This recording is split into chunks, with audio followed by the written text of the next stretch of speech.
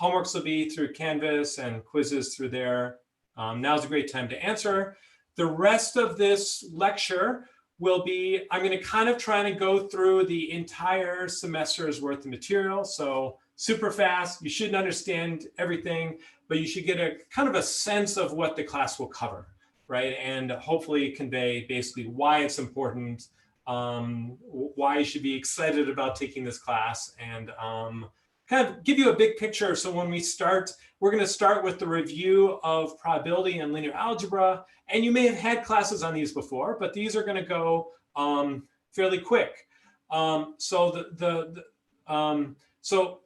why are we reviewing these things? Because they're the fundamental language of talking about data analysis, and I'll explain why.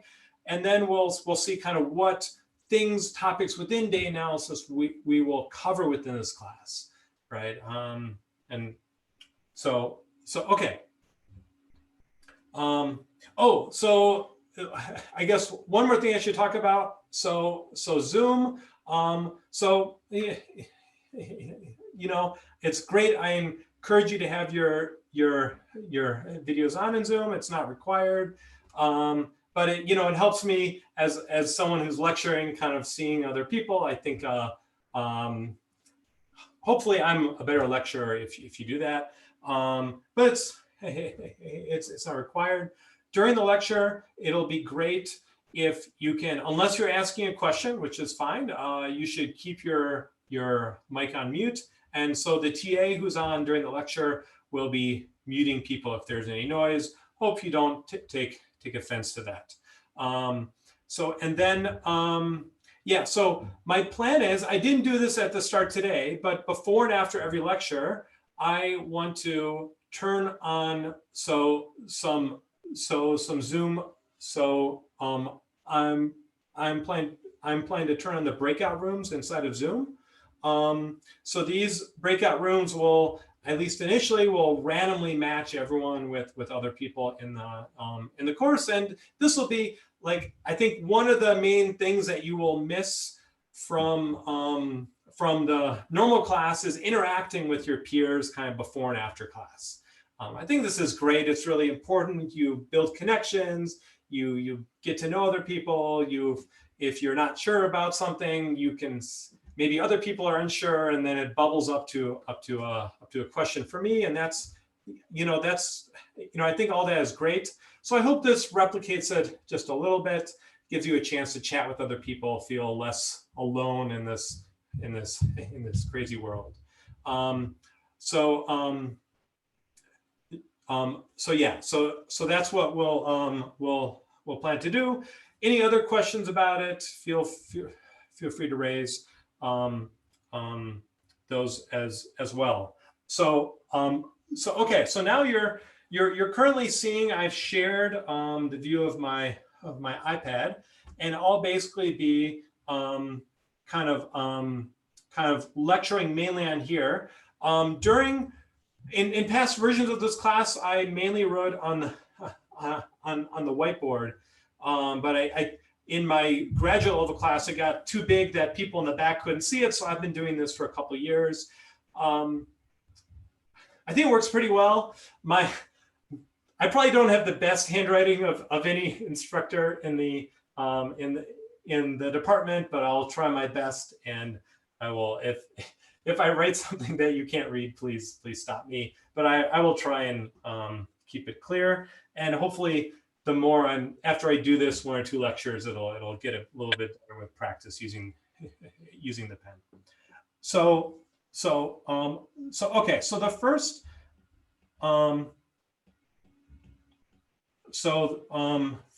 thing we're going to be covering is the language of data analysis. Okay, and so this is mainly going to be, and the way we view it from this class is we're mainly going to be building on 2 topics. So probability. Okay, and so we're not going to cover a full course in probability, but we are going to review maybe half a course in probability over the next 2 lectures. So these lectures will intentionally go faster than the rest of the class. I'm going to kind of zoom through all this stuff and just make sure we're on the same page. The reason probability is important, okay, is because almost all models, all data analysis, it starts with some data. We'll call this X. X will be, usually it's going to be some set, X1, Xn. Okay, and one of the other things you'll learn in this class is kind of various types of notation, which are common throughout any sort of paper or Wikipedia article that you're going to read on this stuff. So feel free to ask questions about the notation if you're not clear about it.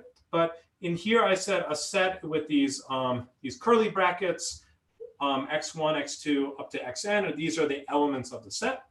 Okay, and usually capital L letter, big X will represent the set. Okay, so almost all of these, almost all times, there's going to be some squiggle, that there's going to be some unknown sort of, some unknown distribution here. So this mu, this is going to be some unknown distribution. And so this is representing the real world in some way, and we're making some observations about this. And these observations are going to be what's called IID, and I will explain this. We'll have basically a whole lecture on this. IID observations. This is kind of almost every data analysis tool that we'll talk about will implicitly or explicitly assume this about the data. Okay, it will only kind of, the models basically make sense if you're assuming that your data is drawn what's called IID, which is independently and identically distributed from some unknown distribution. And you want to understand this unknown distribution. This is the world that we're trying to model. There's some structure there we're trying to understand. Okay, and because they're drawn randomly, that means there's randomness involved. How do we analyze this? We need to analyze them probabilistically. To think about distributions, we have to think about expected value and all of this stuff. Okay, is X a true set distinct in this example? Not sure I understand the question here. There'll be some distinctions we'll go over in more detail about the, yeah, okay, so yeah, there's some, oh, so, okay, you're at, yeah, so there are 2 points. One I'll raise, there's some small deviation from the correct notation I've used here. If I write it this way, these should be random variables, and then you have observations of random variables, which is the actual data. We'll clean this up a little in a week or two. Okay, but the other question is, are these distinct? Are the values going to be so unique? So can you happen that xi is equal to xj? Is this okay? Yeah. So this is totally reasonable. In some cases, they might be like these continuous values, and it's like of probability 0 of this actually happening, like the exact time of some event occurring, and time is this continuous thing, but you probably round it to seconds, and maybe they are the exact time, right? You know, other times we'll count how many times do certain events occur, right? So then, if unless they're all occurring once, then yeah, so then they're going to be ones which are not distinct from each other. In fact, if you continue on this, I think more in the data mining course, we'll talk a lot about how do we measure these sort of events where they are finite, and you're counting how many times different things occur, and that becomes kind of one of the central objects we'll spend a few lectures on in that class, actually. So yes, okay, so probability is kind of essential in understanding and truly modeling these questions, and so that's why we start with this review of it. I would say in the way I teach the class, so the other tool, linear algebra, is even more important and more central than probability. You know, as I discovered in writing this textbook, there are a couple of other textbooks that are trying to do something more similar. I think mine is kind of the simplest textbook, but a lot of the other ones are more probability forward in how they teach this material. And they're written by statisticians, right? So that's how they think of everything as probability, and we'll tie that in, but this will be more linear algebra forward. And the reason for this is we'll think of very common some data point, and this could be one of the xi's, right? So we could have, one of these guys down here. We're going to say that this is often going to, we're say it's going to be in RD, okay? What does this mean? This means this is referring to a d-dimensional, so Euclidean space.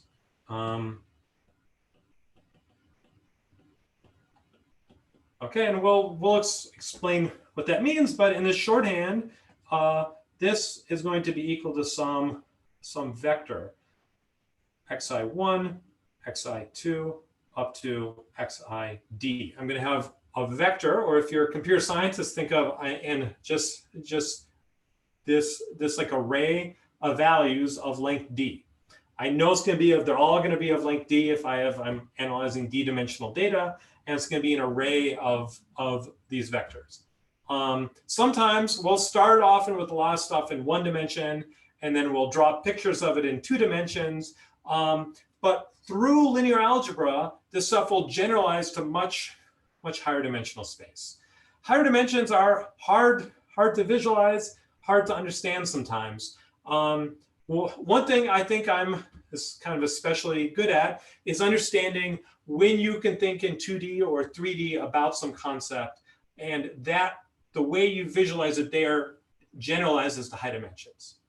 Okay, and we'll try and point these things out. And so, and linear algebra is the language to do it. Geometry is the way to think about it. Okay, and that's my view of what's going on here. And the reason this is important is a lot of textbooks and examples you see are written in 1 or 2 dimensions of this sort of data. But as more and more common inside of data analysis, there's this technique called, so like you take this abstract, messy data and you do some sort of like featureization. Okay, so we'll call this featureization, right? Which is basically going from some messy data, and it maps it up into RD, into some higher dimensional vector. Could be 100-dimensional vector. But the beauty is that through linear algebra, all these techniques we'll talk about in the course are just going to work the same way they'd work on 2-dimensional data. They just generalize naturally to higher dimensions. And so I can just store the data as an array, and everything works as I think about 2-dimensional data points. Now, sometimes it doesn't work, and I'll try to explain you why, or things will look easy in 2 dimensions, and they're really much harder in high dimensions. And we'll explain this throughout the course, right? But this is why linear algebra is so important. It allows you to kind of, if you featureize your data into some vector, it doesn't matter what dimension it is. You can think of it as data points, and then you can kind of run all these algorithms and so techniques. So this is absolutely essential as well. And then if you have a bunch of data, not just one data point, what's a bunch of vectors all together? Well, that's going to be a matrix. Okay, so sometimes we'll say we're going to take our whole data set, right? So maybe this is, the whole data set X, which is n of these vectors, each of d dimensions. Then that's an n by d matrix. And then we do some linear algebra operations on the matrix, and that's basically the algorithm that we use to analyze the data. Okay, so this, maybe you've seen a glimpse of these things before. If not, maybe this seems wild. By the end of the course, this should all become kind of fairly natural way to think about things. So great. So all right, so this will basically be the first, kind of the first third of the class will basically be kind of understanding this. There'll be some stuff we'll be talking about Bayes' rule and Bayesian reasoning in here. So what probably the next theme that's going to tie stuff together is that we're going to be modeling things mainly of sum of squared errors. Okay, so this turns out there's, so there's a question on Zoom. Will this class contain proofs of these probability linear algebra concepts?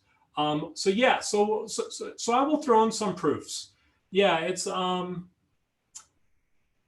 you know, I could do a lot more proofs. I could probably get away without doing any proofs.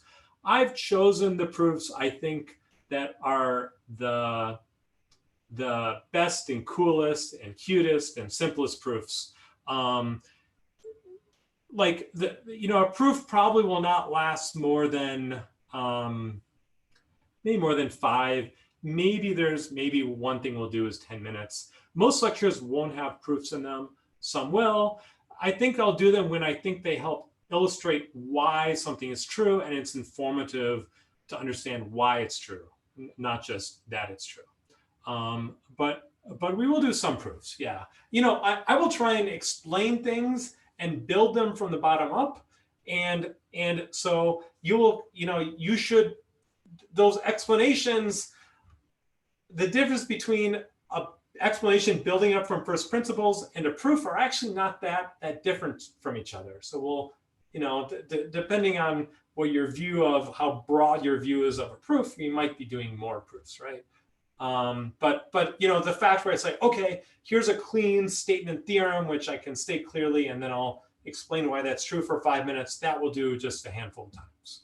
Will the quizzes and exams be proof heavy? Yeah, I don't think, again, it depends on what your definition of a proof is, right? I might ask you to, one thing I'm gonna ask you to do is we'll look at, it's called the singular value decomposition, is a linear algebra operation, which is extremely powerful for lots of things. It's the backbone of a lot of algorithms. And the output of that is this kind of gives you a bunch of information. And I may ask you, say, take that information and represent this other idea with this information.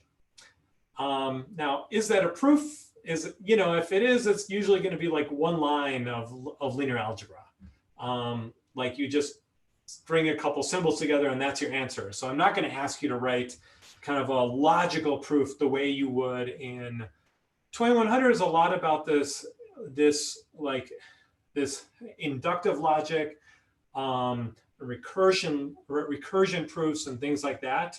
And I think it's useful to understand those sort of things, but I don't think proving something just for proving's sake is going to be the point of the course. It'll be, I'll ask you to explain something to make so I understand that you understand it, but not proving it for the point of being especially good at proofs.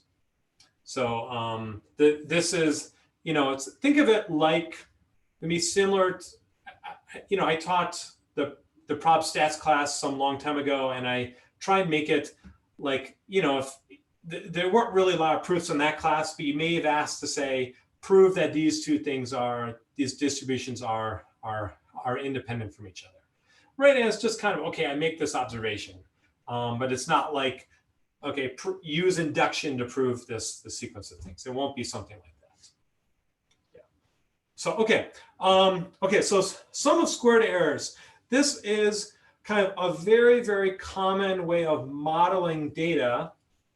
And we're basically, the basic formulation that's going to come up over and over again is we're going to say, find the model M to so minimize something, an expression that looks like this. I equals 1 to n. This is all of my data points. I'm summing over this. That's the sum, right? And then I'm going to take some distance from the model at x to the true value at x. This is xi, and I'm going to square it. Okay. You know, this we'll see various forms of this. This is just kind of a rough form of what's going on, but I'm going to look at this air here, which we'll call the so the residual, and this will take a different form in different parts of the course, and we'll find the model that minimizes this function, right? This is if you're trying to formulate these as kind of simple, kind of in a mathematical way, much of data analysis uses this form of sum of squared errors. We'll talk about why do we use sum of squared errors. There are kind of two main reasons why we do it. So why this formulation? It turns out that it's very easy to optimize. It's easy to find the optimal model if we formulate this way. We're given the input a set of data. We will find the model that minimizes some function. Turns out for sum of squared errors, this formulation becomes fairly straightforward. And we'll see a bunch of different ways how to do this. Sometimes easier than others, like for regression, it's easier than clustering, but it's still one of the easier ways because of some reasons. The other reason is there's this kind of field that's called, like, built around this idea, so-called Bayesian inference. Okay, and so we'll, in between the probability review and the linear algebra review, we'll talk about Bayes' rule and Bayesian inference. And probably you've seen Bayes' rule in a probability class. I certainly hope that they covered that in your probability class. If not, we'll review it. But we'll use Bayes' rule to kind of justify this model. Basically, it's basically Bayes' rule plus, so if you assume that there's Gaussian noise, so which is the most standard form of noise, Gaussian distribution, it's like the standard normal distribution with one standard deviation. You've probably seen pictures like this before, hopefully talked about normal or Gaussian distribution. If you assume Gaussian noise in data, which is the most common thing and tied to the central limit theorem, which we'll talk about, then you basically recover. This is like the way you should be trying to find a model if you make these assumptions on your data, right? And so this is so cool. So we will kind of look at this when assume our model is like just a single point. Then we'll actually derive this. This will be one step where we do, I guess, a longer derivation, but it's kind of within an example. Is that a proof? Is that an example? I don't know. It's one of those things. But we'll kind of, you'll see why this model is so is justified. And you know, so hopefully you'll believe that, and then we'll see it over and over again in the class. So great. So this is kind of the second theme that's going to run through here. Other than the language of probability and linear algebra, the theme of sum of squared errors. As you move beyond this course, you'll see other ways to formulate a model other than sum of squared errors. With this course, we'll try and keep everything the simplest and cleanest view of everything. And so we'll focus on sum of squared errors, and that'll kind of make everything seem to fit together. But when you move kind of to more advanced courses and topics, we'll generalize beyond this in simple and non-simple ways. In fact, for classification, which is the last section we'll do, the sum of squared errors there doesn't work quite so well, so we'll go slightly beyond it in the classification section. But everything else will be based on this in some way or another. So okay, so then the third theme that's going on here is we're going to kind of break down. We're going to cover 4 main topics, types of data analysis in this course.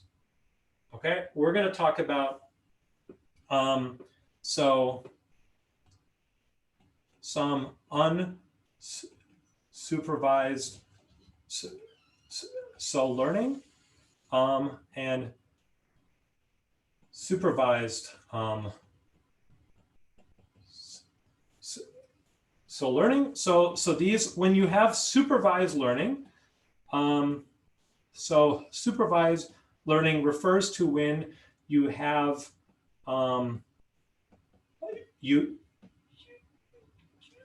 when you have labels. So when you have data points, the same data points we've talked about earlier in this lecture, but each of them has some label. It's either good or bad, or it has some value associated with it. And all what you're trying to do is you're trying to predict what that value is going to be.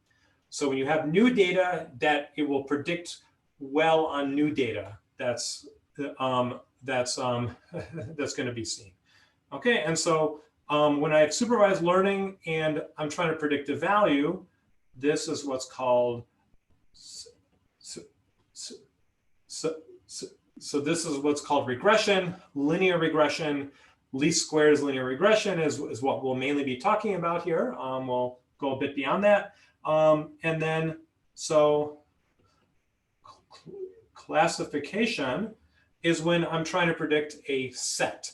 Try to predict true or false, not a value like how much money will I make, but will I make money or will I not make money, right? So the outcome here is going to be set, and the outcome here is going to be a value, a scalar value, okay? So unsupervised learning, let's see, unsupervised learning is when I have no labels, okay? And so then what is it I'm trying to do with the data? I'm trying to learn the structure of the data instead of the actual, I'm not trying to explicitly make a prediction on a value. I'm just trying to learn the structure of the data. I'm assuming that the data has some underlying simple structure. And the 2 kind of parts in here are dimensionality reduction. And this is when I have very high dimensional data and I say, I think there's some lower dimensional space which can do almost as good of a job. So how do I find this lower dimensional space that preserves the same structure of the data? So that's what dimensional reduction is. And so if I want to, I think if on the other hand, if I think the data has some sets,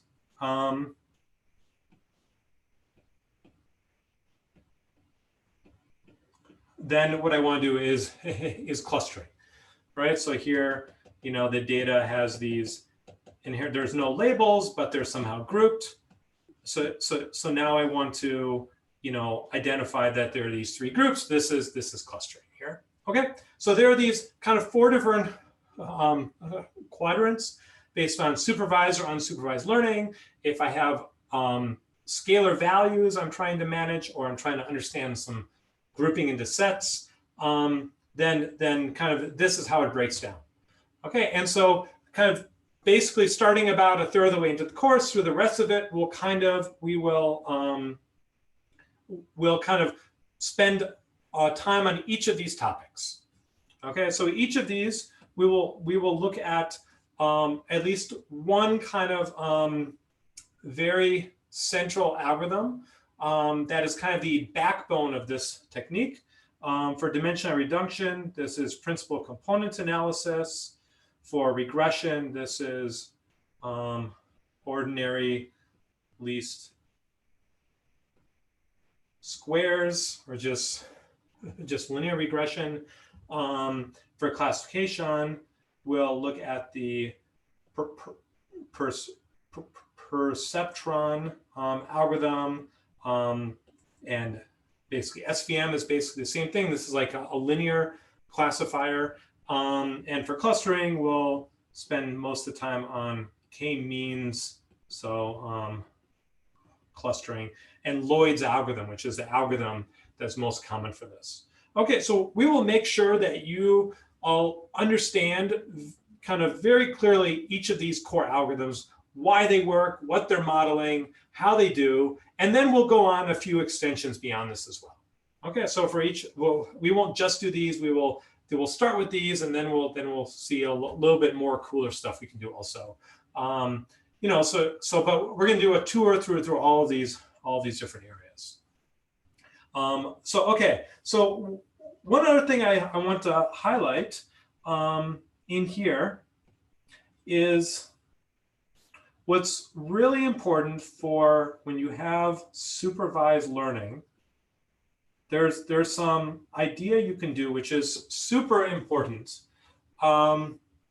which is called cross-validation. So this is kind of really the key mechanism to like understanding how well these things are working, how to evaluate these algorithms.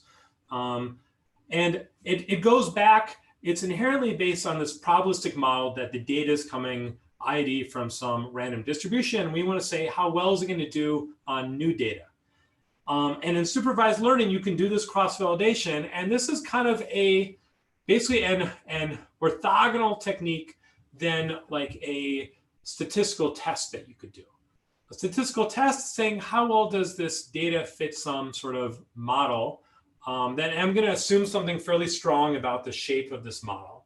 And I'm going to see if it fits that. This is not predicated on the choice of the model. In fact, your algorithm is trying to learn the model that's going to do the best here. And cross-validation will give us a way to compare across models how this works. And it's really kind of the backbone of most of data analysis. And you know, there's some parts of it which go back a long time, but it's almost fundamentally a much newer tool. Like hypothesis testing and statistics is 100 years old. And it goes back to when we had fairly small data sets and we needed to kind of make a lot of assumptions or model fairly heavily because we didn't have a lot of data. Nowadays, we have lots and lots of data, and we're going to use some data to build the model, some data to evaluate it, some data to choose parameters, and cross-validation is kind of the workhorse of doing this. So this will be an absolutely essential tool that you should come away from the class understanding how to use and why it's important. And this works with supervised learning. With unsupervised learning, we do not have cross-validation at our disposal to determine how well things are working. And so should we go back to hypothesis testing? Maybe. Some people do that. There are other issues with hypothesis testing and the reason why it's not super popular in these areas. Yeah, so unsupervised learning is kind of like, you know, I like to joke, you know, I have kids, and if I leave my kids unsupervised for a while, they usually find a way to have lots of fun, but they sometimes get into lots of trouble. And so you can have a lot of fun with unsupervised learning, but you should be a little bit careful about it because you might get in trouble because you don't have this way to validate it with cross-validation the same way you did with supervised learning. So it's kind of like more kind of hoping that your modeling is right, the same way a statistician would think about the problem. You're really relying on, is my sum of squared errors the right thing to do? Is some linearity assumption I have the right thing to do? And so we'll talk about all these issues, you know, throughout the semester. So you'll get a better sense of specifically what these issues are, when they can go wrong, and what are the best practices for dealing with these sort of things.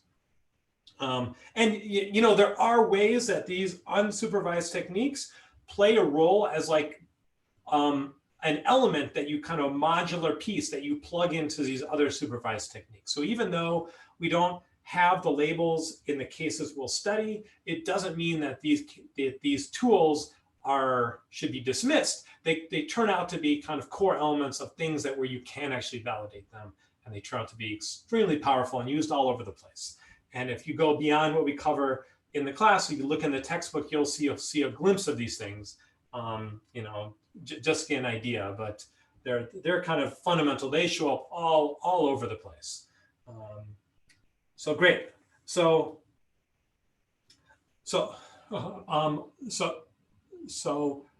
okay. So the last theme of the class is going to be, how do we solve these things? I mentioned before we had the sum of squared errors kind of a model we were often going to be using, or this formulation, and then we find the model which minimizes some function.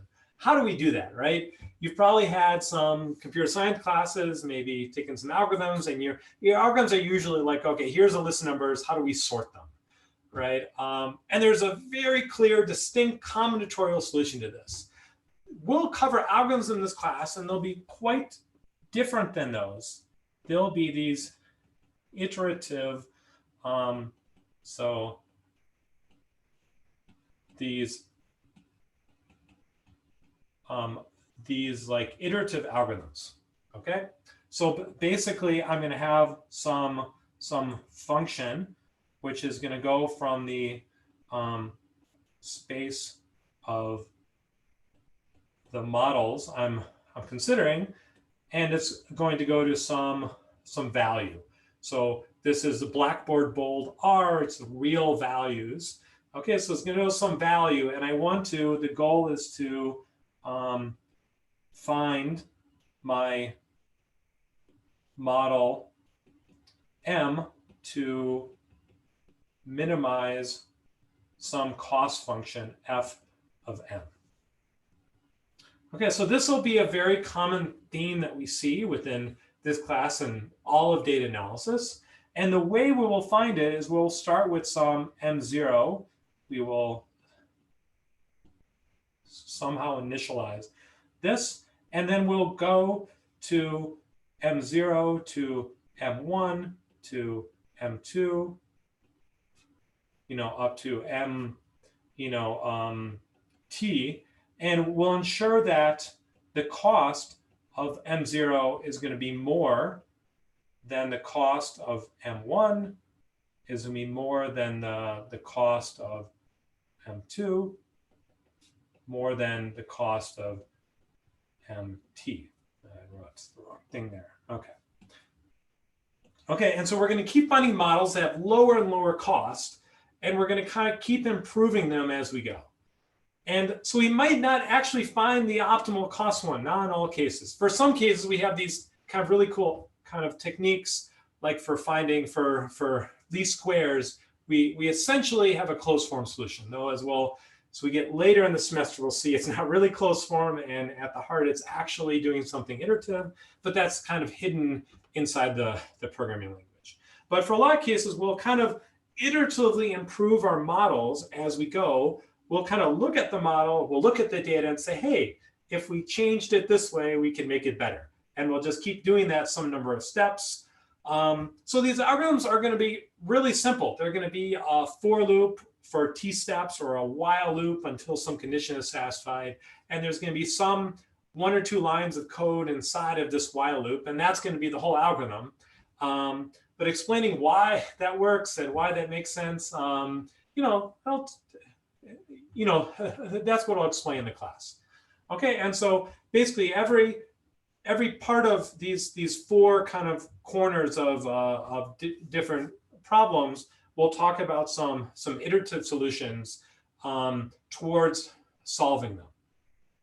And so at the heart of all of these, kind of the big general formulation we're going to use is called gradient descent. And gradient descent is basically the way of formulating this through calculus. So basically, I'm going to look at this function f. I'm going to take the derivative of the function, and I'm going to kind of move in the direction which is going to decrease the cost. So I'm going to somehow write this model in terms of these parameters that I can take a derivative of this function f. And in fact, it's going to be, we're going to use linear algebra. So the model is actually going to be, typically is going to be a vector. Our model will be a vector also, just like our data points are vectors. So, right, so the model is going to be a vector in Rk. It's going to be some sort of vector.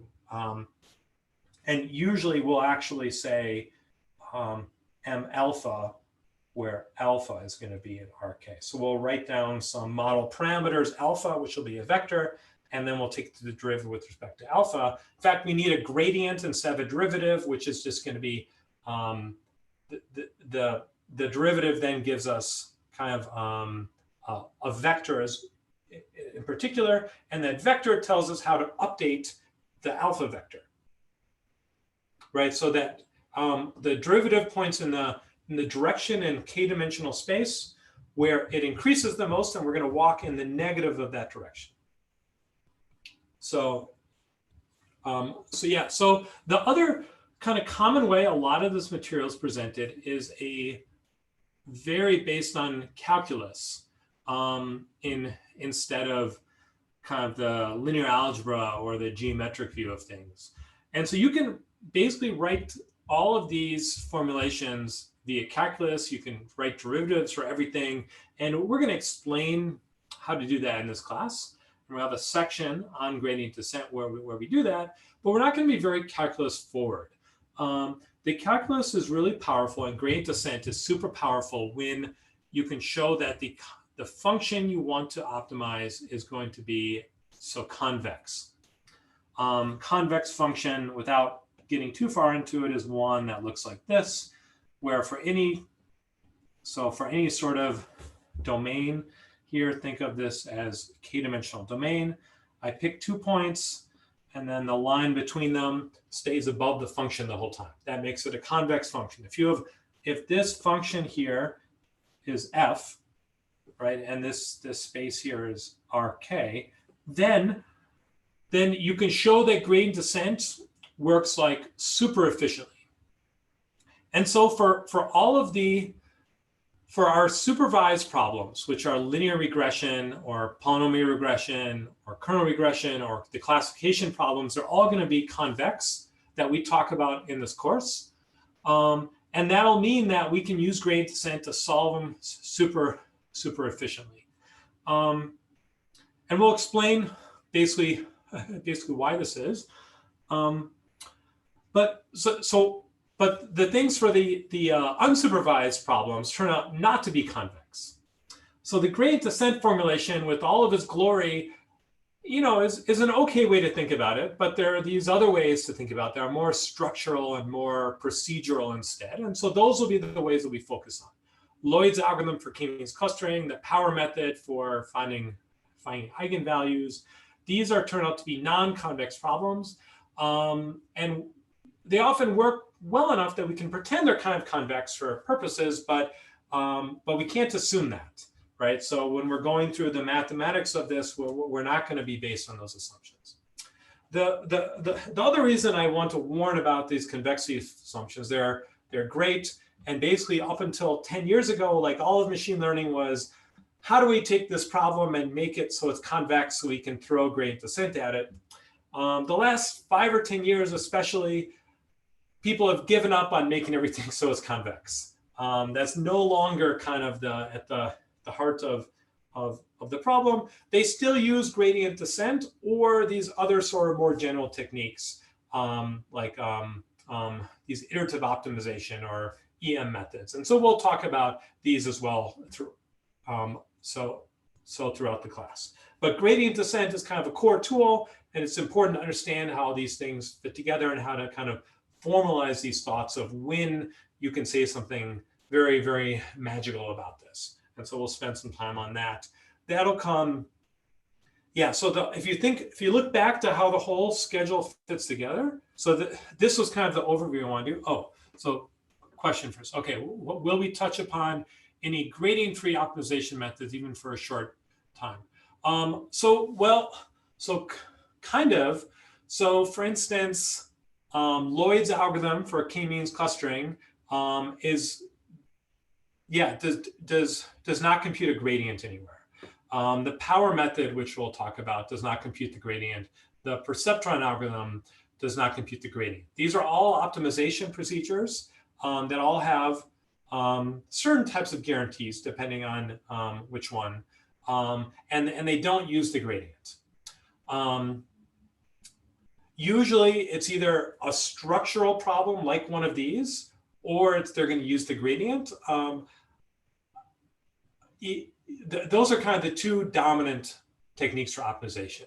Yeah, there is this huge sea of techniques and problems and stuff within machine learning and data mining, and I think gradient-free optimization is one of the things in the sea, and it's something I'm not terribly familiar with, other than kind of the times I've optimized stuff without a gradient, but I don't think it's extremely powerful or kind of on the forefront of the most common techniques used. So we won't talk about this as a general tool.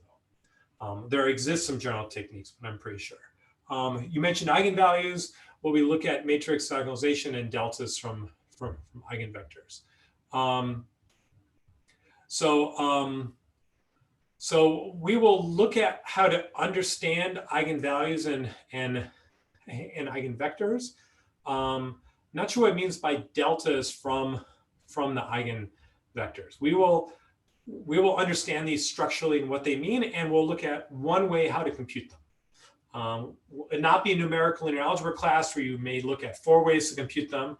We'll look at the one way, the power method, which I think is the most beautiful way how to do it and fits in best with the class. Will we cover gradient boosting? I think probably won't touch on that. That's one area where I thought about potentially adding maybe more of a lecture, a little bit more in the gradient descent sort of technique. I'm not sure if I might throw in something on gradient boosting if I did that. So I'm not sure. We'll talk about how to compute the gradient, how to select the learning rate of the gradient, and some guarantees you can say depending on the type of convexity and how you would select the learning rate. And then we'll talk about the single most important extension, which I believe which is called stochastic gradient descent, which is what is used in all these big data models. Allows you to scale. Turns out it's very simple, but we'll look at stochastic gradient descent. So that's pretty much where we would go. I hadn't planned to talk about kind of conjugate gradient techniques where these second order approaches or things where you're trying to preserve momentum or stuff like that. Those go a little bit deeper into the linear algebra in a way that I think is a little bit trickier than I stayed for most of this course. So that's mainly why I didn't go in them. Although those things are pretty important. They're used, these kind of extensions to gradient descent are really commonly used. So that's why I thought about adding something in that area, but it's not planned. Oh, okay. So looks